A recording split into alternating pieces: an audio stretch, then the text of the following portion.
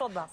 Voilà, alors, effectivement, Anne-Sophie, vous voyez des résultats qui se précisent, mais d'abord, Jean-Baptiste, vous commencez par le décompte des voix. Regardez, je vous rappelle qu'on est connecté effectivement en direct avec le ministère de l'Intérieur. Dès qu'un bureau de vote est validé, il apparaît là. Et là, vous voyez le nombre de voix par candidat. Pour l'instant, une égalité presque parfaite avec une petite avance pour Marine Le Pen. 13 900 000 voix pour la candidate du Rassemblement national, 13 millions 6 pour Emmanuel Macron. Attention, ça ne veut pas dire que les tendances vont s'inverser ce soir. Ça veut tout simplement dire que ce sont d'abord les zones rurales, les petites communes qui font remonter d'abord leurs résultats. Des communes qui, on le sait, votent un peu plus Marine Le Pen que les grandes métropoles qui devraient tomber effectivement au cours de la soirée. Marine Le Pen avait fait 10 millions de voix en 2017. C'est d'ores et déjà plus. Et regardez, ça se voit effectivement sur notre carte de France.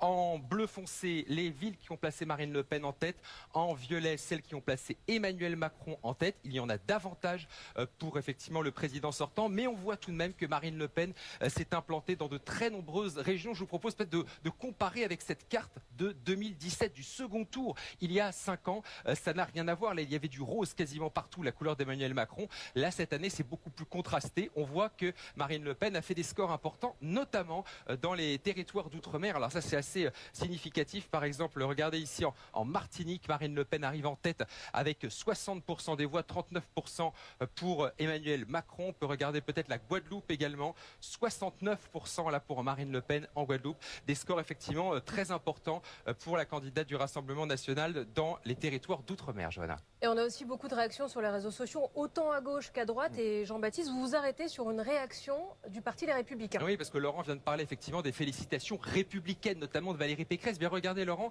il y a une réaction qui fait beaucoup réagir sur les réseaux sociaux, c'est celle de Damien Abad.